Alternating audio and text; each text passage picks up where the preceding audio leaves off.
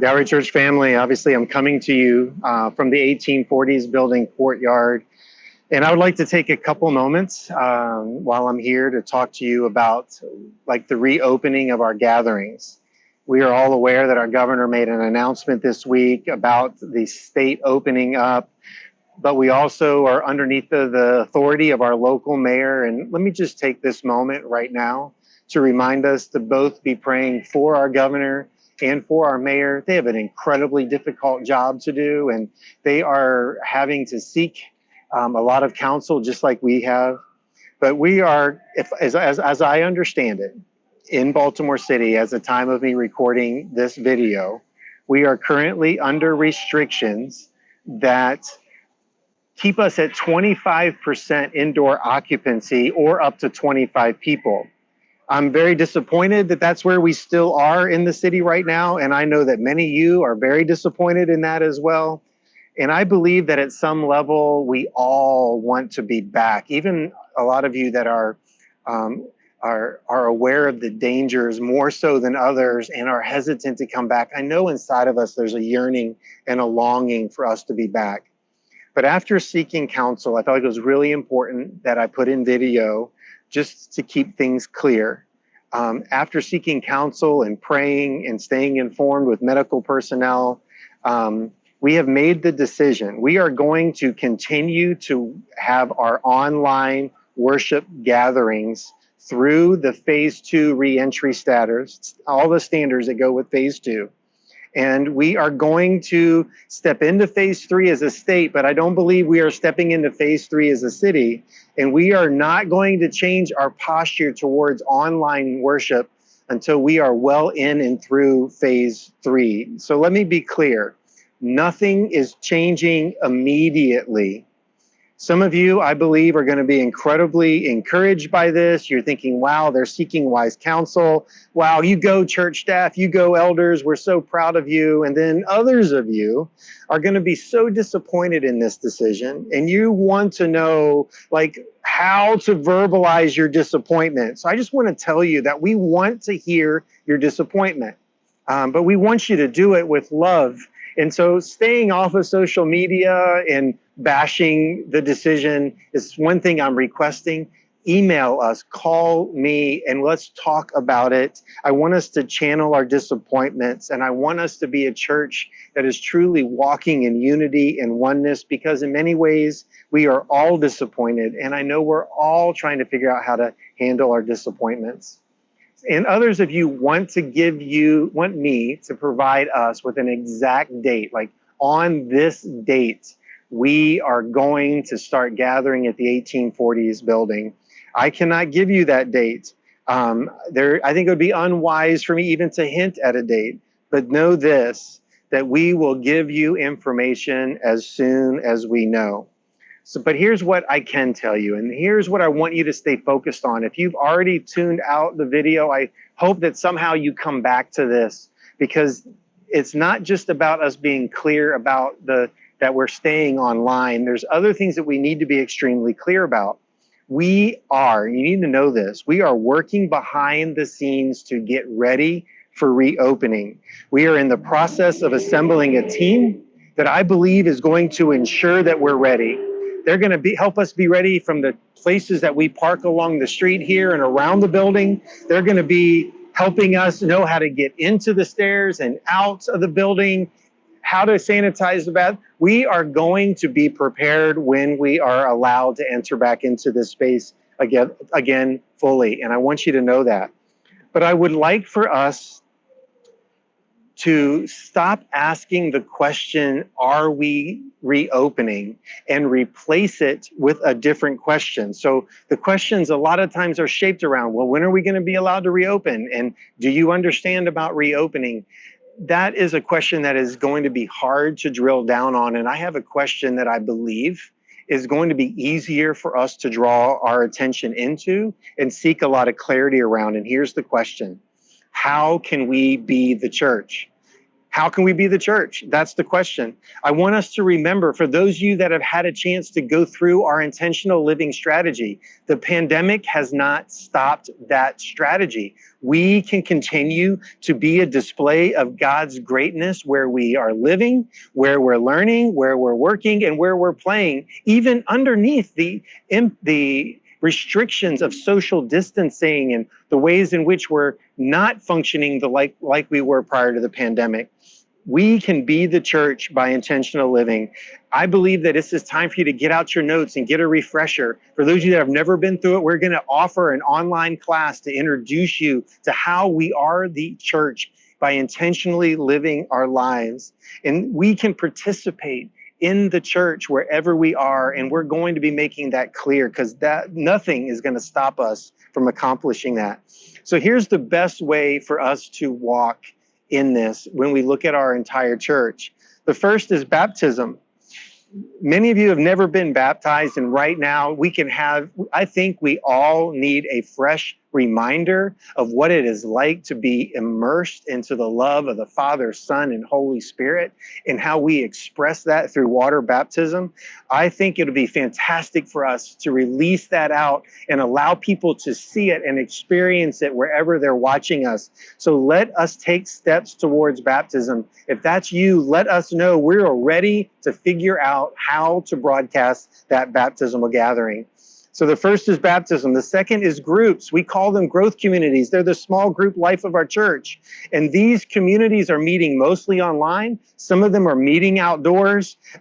We are trying to continue to keep that community going, but not just keep it going, but allow them to thrive, where people have a testimony of the love and the care and the grace and the peace that comes through Jesus Christ. So even online, we can be an encouragement to one another on how we can intentionally live pursuing Jesus Christ. So if you are not in a group, I encourage you, let us help you get into a group.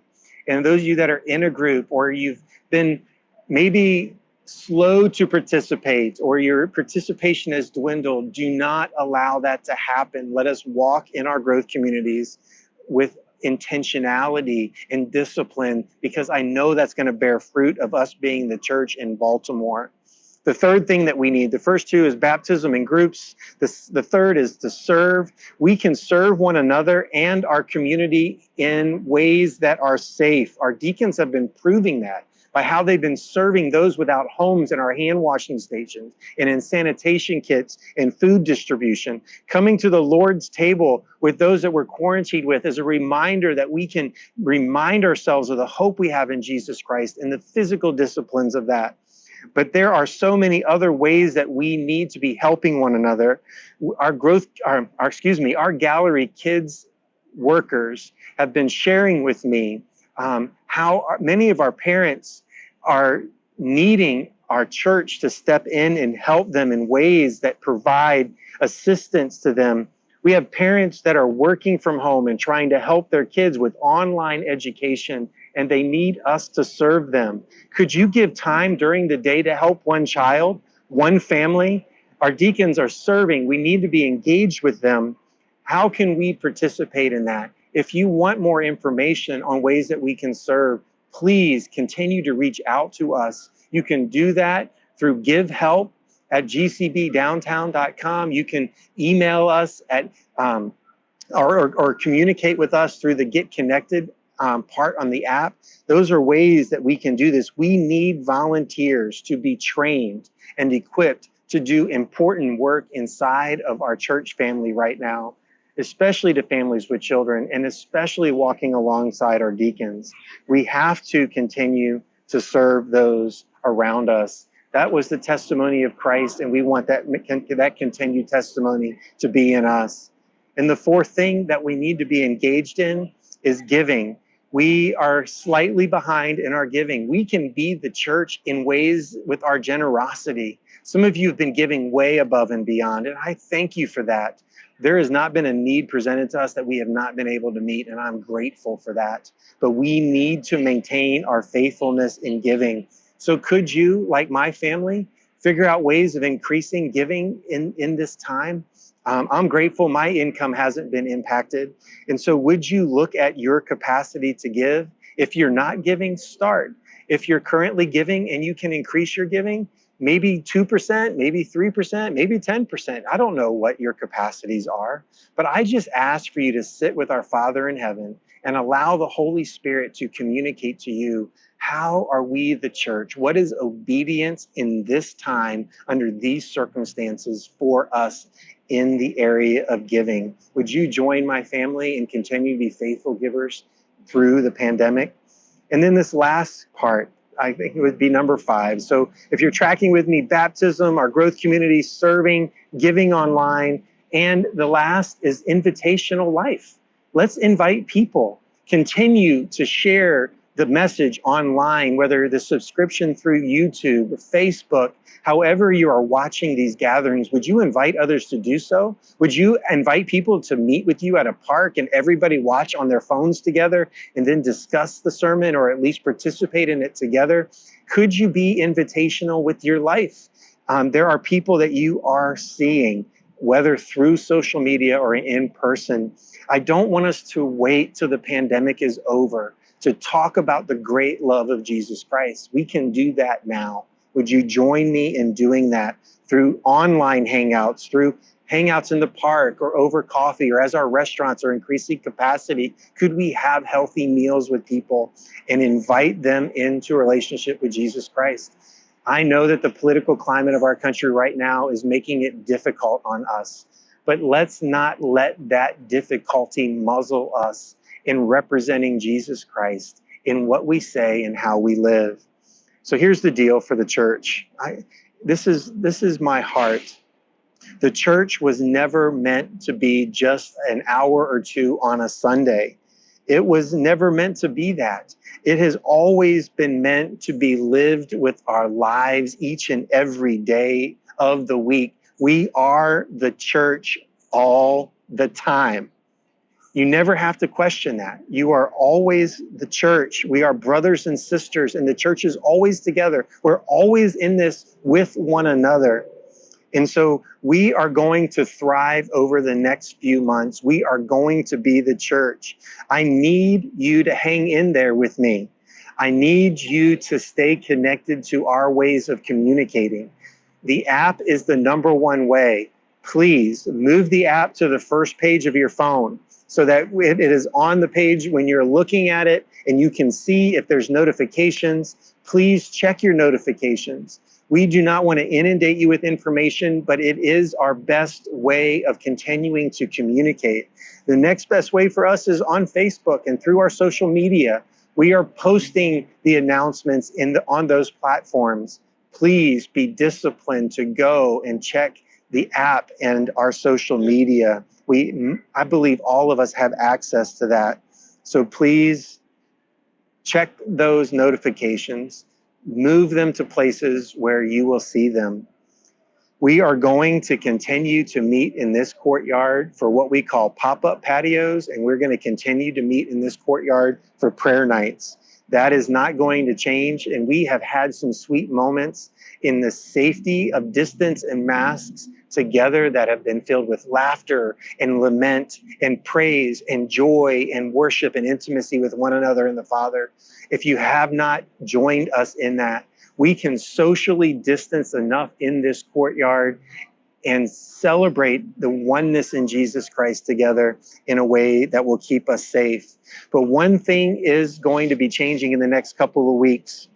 Because we currently have access to 25 people indoors, and I believe soon that's going to be expanded to 50, maybe 75% capacity, which for us would be in the 60 to 70 range over the next few months. We are going to create opportunities for people to sign up so we know who's coming, and make recommendations on people that are alone and feeling loneliness to sit in at 2 different opportunities. One is when I record my sermon. We are going to create 24 chairs in the room, because I'm one of them, where we can be together while I'm teaching live and recording. And that's generally done on Wednesday nights. And we're going to create spots for our worship team practice when our worship team is ready. And generally there's 5 or 6 of them, and that's going to make 15 to 20 seats available. And we're going to create opportunities for people to be live in worship while we're recording in healthy, socially distanced ways, wearing masks with some discipline. And so know that the announcement's going to be coming in a couple of weeks of ways that we're going to start including smaller number of people in our online recordings that will still be broadcast throughout the next series of weeks on Sundays as we normally have. And I'm starting to get tongue-tied and tired, and I know you can tell. I need you to hang in here with me. Would you all please read 1 Thessalonians chapter 5? We're talking about reading the prayer in John 17. All of you that are now watching, I'm asking you to read 1 Thessalonians chapter 5. And until we see one another, would you please remind yourself of this? We love you. I love you. My family loves you. Our elders love you. Our deacons love you. Our growth communities love you. You are loved. And I don't want the enemy to use this distancing to make you think anything different. You are loved. I want to assure you of that. Our desire is for us to continue to grow in faith, to grow in our hope, and to excel in love. And we will not stop doing that. We are going to thrive. We are going to continue to be the church. And I just want to tell you guys today, from my heart to you, our church family, as a shepherd, as an under shepherd under the shepherd, I love you and I want to do the best we can at caring for you. And so know that. And my prayer is that God's favor is on you and that the peace of Christ is in you and that we continue to allow our Father to complete the work of Jesus Christ in us. Nothing can stop him from doing that except you and I tuning him out. So let's stay tuned in and lean into our Father in heaven. God bless you guys.